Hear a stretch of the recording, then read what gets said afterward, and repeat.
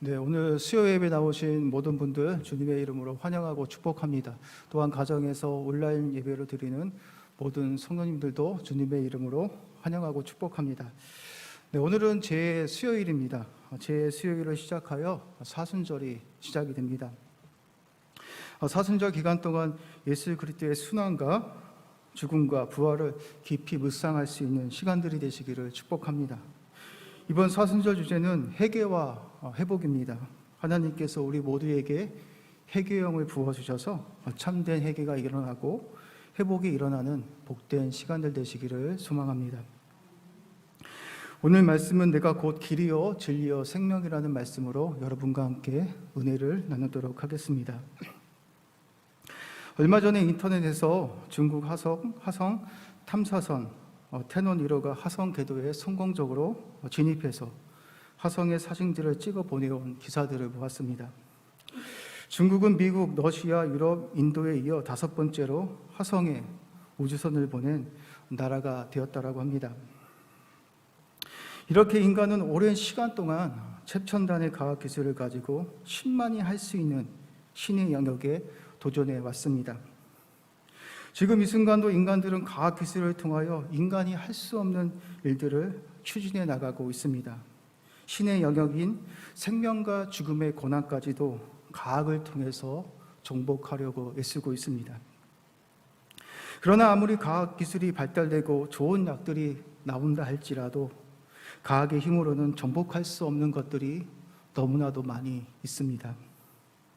인간의 죄와 죽음의 문제는 최첨단의 과학으로도 해결할 수 없는 문제이기도 합니다. 인간은 오랜 시간 동안 죄와 죽음의 문제들을 해결하기 위해 끊임없이 노력해 왔습니다. 우리가 믿는 기독교뿐만 아니라 세상의 모든 종교가 인간의 근본적인 문제, 죄와 죽음의 문제들을 해결하기 위해서 끊임없이 노력해 왔습니다.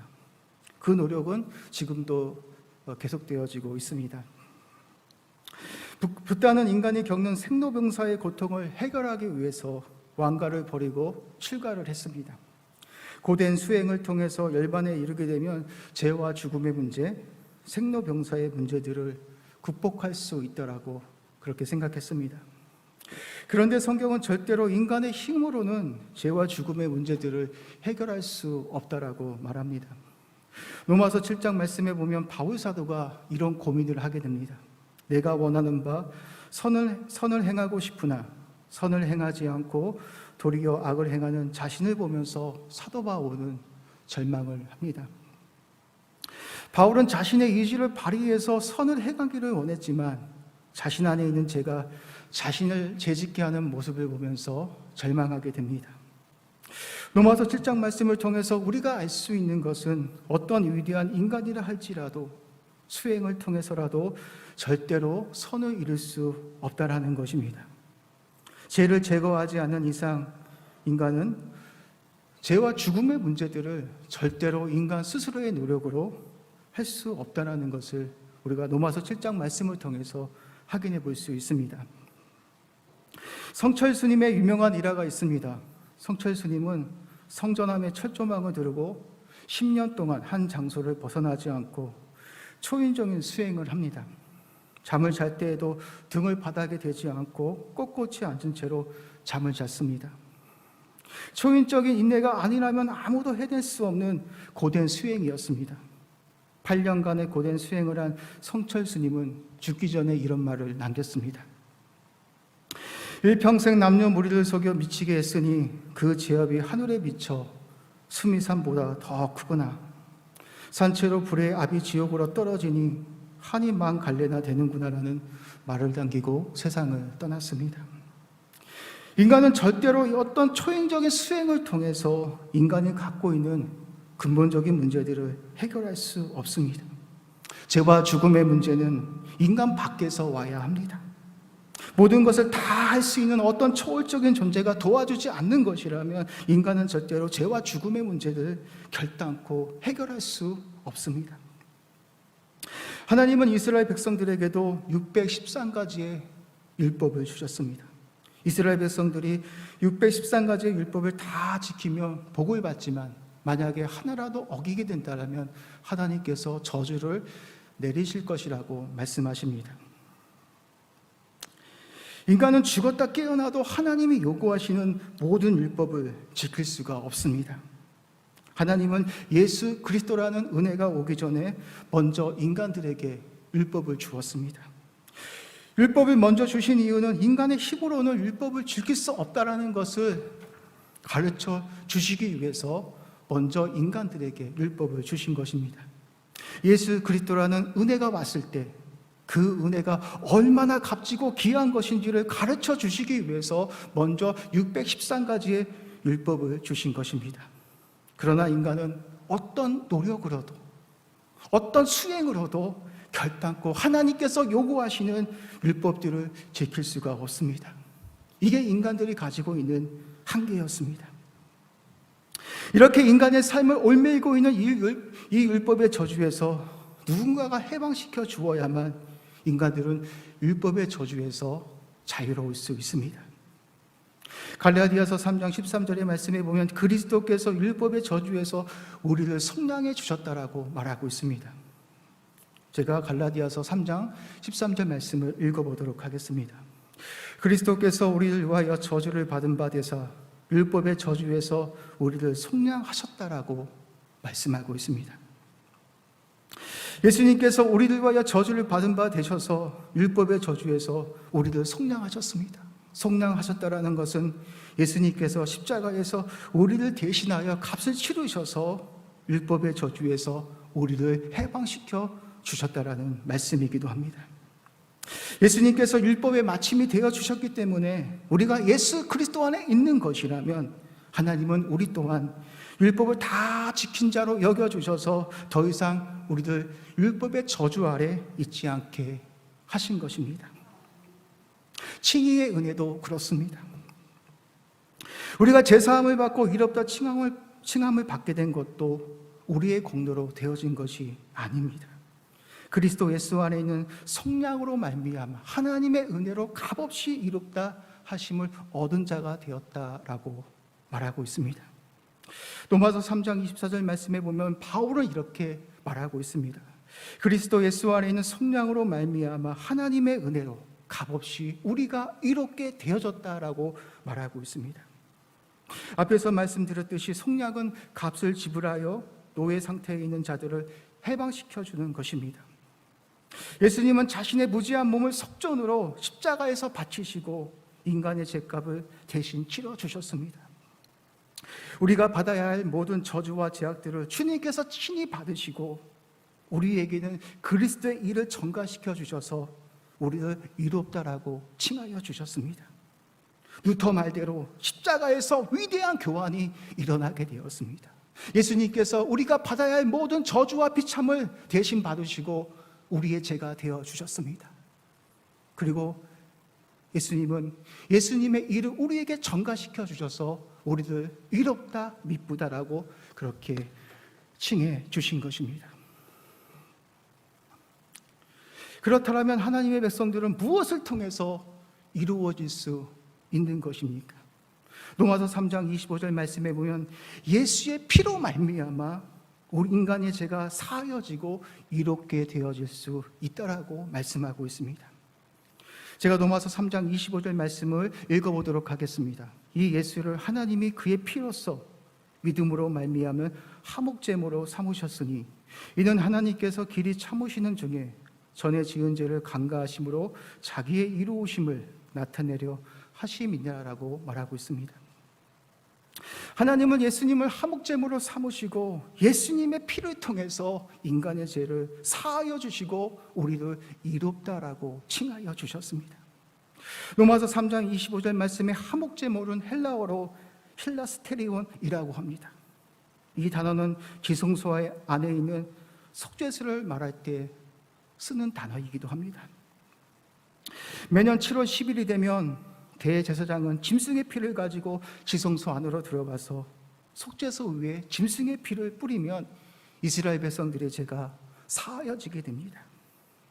속죄소 위에 동물의 피를 뿌리면 이스라엘 백성들의 죄가 사하여진 것처럼 하나님은 예수님을 화목제물로 삼으셔서 예수님의 피값을 통하여서 우리들을 죄에서 해방시켜 주시고 우리를 이롭다 칭하여 주시고 우리의 죄를 깨끗하게 용서하여 주신 것입니다. 그런데 우리는 이렇게 질문을 할 수 있습니다. 내가 잘못을 했거나 죽을 짓을 했으면 내가 대신 죽거나 뭔가 보상을 해서 죄의 문제를 용서받아야 하는데 왜 예수님께서 십자가에 죽으시고 예수님께서 피를 흘려주셨는데 왜 우리가 깨끗하여지고 이롭다 말씀하는 그 이유가 무엇이라고 생각하십니까? 왜 예수님께서 십자가에서 피를 흘려주셨는데 왜 저와 여러분이 그 피값을 통해서 이롭게 되어지는 이유가 무엇입니까? 우리가 이 질문을 답하기 위해서는 출애굽기와 레위기 말씀을 알고 있어야 합니다. 출애굽기 24장 말씀에 보면 모세가 중재자가 되어 하나님과 이스라엘 백성들이 피의 언약을 맺습니다. 소 24마리를 잡아서 양푼이 그릇에 소의 피를 받습니다. 모세는 양푼이에 받은 소의 피를 가지고 2분의 1은 성소에 뿌리고 2분의 1은 이스라엘 백성들에게 뿌리게 됩니다. 이렇게 하나님과 이스라엘 백성들은 동물의 피로 언약을 맺습니다. 이 피의 언약을 통해서 성소와 이스라엘은 한 운명이 되어집니다. 이스라엘이 범죄하면 성소가 더러워지고 성소가 깨끗해지면 이스라엘이 깨끗해지는 성소와 이스라엘이 한 운명 공동체가 되어지는 것입니다. 레위기 16장 말씀에도 출애굽기와 동일한 말씀이 나오고 있습니다. 제사장은 짐승의 피를 가지고 성막에 피를 뿌리면 이스라엘 백성들의 죄가 깨끗하게 사하여지는 것을 볼 수 있습니다. 예수님도 십자가에 오르기 전에 제자들과 한자리에 모여서 피의 언약을 맺습니다. 예수님은 제자들과 마지막 만찬을 가지시고 제자들에게 잔을 주시면서 이런 말씀을 하십니다. 이르시되 이것은 많은 사람을 위하여 흘리는 나의 피 곧 언약의 피라라고 그렇게 말씀하십니다. 이 말은 예수님께서 장차 십자가에서 죽으셔서 주님의 피를 통해서 우리의 죄가 씻겨질 것이라는 것을 예수님께서 마지막 만찬의 자리에서 제자들을 통해서 말씀하신 것입니다. 앞에서 우리가 살펴보았듯이 성소와 이스라엘은 한 운명 공동체였습니다. 동물의 피를 가지고 성소에 피를 바르면 이스라엘 백성들이 깨끗해진 것처럼 예수님이 참된 성전으로 이 땅에 오셨기 때문에 그분이 십자가에서 피를 흘려주셨기 때문에 우리 또한 깨끗하게 사함을 받게 되는 것입니다. 요한복음 2장 말씀에 보면 예수님께서 이런 말씀을 하십니다. 너희가 이 성전을 헐라 내가 4월 동안에 일으키리라 라고 말씀합니다. 유대인들은 예수님의 말씀을 듣고 이 성전은 46년 동안 지었건을 내가 3일 동안 어떻게 일으키겠냐라고 이렇게 말씀합니다. 예수님의 3일 만에 성전을 다시 일으키시겠다라는 말씀은 자신의 죽음을 통하여서 3일 만에 부활하셔서 자신이 이제는 참된 성전이 될 것이라는 말씀이기도 합니다. 동물의 피를 성막에 뿌리면 이스라엘 전체가 사함을 받는 것처럼 참된 성전 되신 예수님께서 십자가에서 보혈의 피를 흘려주셔서 그 안에 있는 모든 자들에게는 동일하게 그 피값을 통하여서 제사함을 받게 되는 것입니다. 오직 예수님의 보혈만이 우리의 모든 죄에서 우리를 해방시켜 주실 수 있는 것입니다. 우리가 예수 그리스도와 연합된 자가 되어졌기 때문에 그 예수님의 피값을 통하여서 우리 또한 아무 공로 없이 값 없이 이롭게 되어진다라고 성경은 우리에게 말씀하고 있습니다. 그래서 은혜라고 하는 것입니다. 베드로 사도는 베드로전서 1장 8절과 9절 말씀에서 오직 예수님의 보혈만이 그 보배로운 피만이 조상들이 물려준 망령된 행실에서 우리가 대속함을 받을 수 있다라고 말하고 있습니다. 너희가 알거니와 너희 조상이 물려준 헛된 행실에서 대속함을 받은 것은 은이나 금같이 없어질 것으로 된 것이 아니라 오직 흠없고 점없는 어린 양 같은 그리스도의 보배는 피로 된 것이다라고 말하고 있습니다. 그렇습니다. 모든 사람들은 아담 안에서 죄를 가지고 태어났습니다. 조상들이 물려준 망령된 현실에서 대속함을 받는 길은 은과 금이나 그런 것으로 되어지는 것이 아니라 오직 젖먹고 흠없는 그리스도의 어린 양의 보배로운 피로 되어진다라고 우리에게 말하고 있습니다. 이 세상에 엄청난 돈을 가지고 있는 자라도 예수의 피가 없이는 대속의 은혜를 받지 못합니다. 만약 하나님께서 예수님의 보배로운 피가 너무나 값지고 귀해서 이 세상 어느 누구도 살 수 없을 만큼 값을 책정해 놓으셨다면 저와 여러분은 어떻게 되는 것입니까? 대속의 은혜를 받지 못하게 되는 것입니다. 죄가 사하여지지 않기 때문에 하나님께로 갈 수 있는 길이 없어지는 것입니다. 대속의 은혜를 받지 못하면 어느 누구도 거룩하신 하나님 앞에 당당히 설 수 없다라고 말씀하고 있습니다. 오직 예수의 피를 통해서만이 하나님께 나아갈 수 있습니다. 히브리서 기자는 히브리서 10장 19절 말씀을 통해서 이렇게 말하고 있습니다. 형제들아, 우리가 예수의 피를 힘입어 성소에 들어갈 담력을 얻게 되었다라고 말하고 있습니다. 예수님이 죽기 이전까지는 어느 누구도 거룩하신 하나님의 성소 안으로 들어갈 수 없었습니다. 아담과 하와가 하나님을 반역하고 나서 에덴 동쪽으로 쫓겨났습니다. 에덴은 하나님이 거니시는 성전이었습니다. 창세기 3장 8절 말씀에 보면 하나님은 에덴을 거니셨다라는 말이 나옵니다. 여기서 거닐다라는 말은 히브리어 단어로 미트말렉이라고 합니다. 미트말렉은 하나님께서 성막에서 임재하시는 모습을 표현할 때 사용하는 단어이기도 합니다.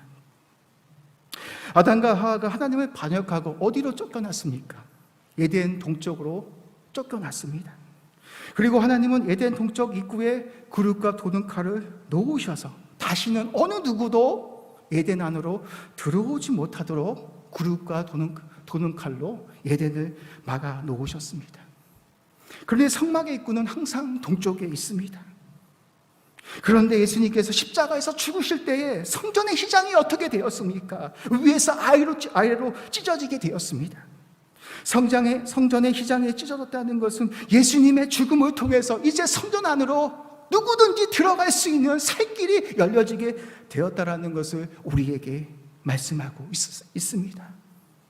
아담과 하와의 반역으로 인해서 어느 누구도 에덴 안으로 들어갈 수 없었지만 이제는 예수 그리스도의 그 피값을 통하여서 이제는 하나님께로 나아갈 수 있는 새로운 살 길이 우리에게 열려지게 되었음을 우리에게 말하고 있습니다.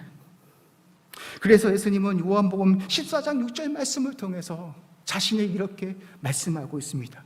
내가 곧 길이다. 내가 곧 진리다.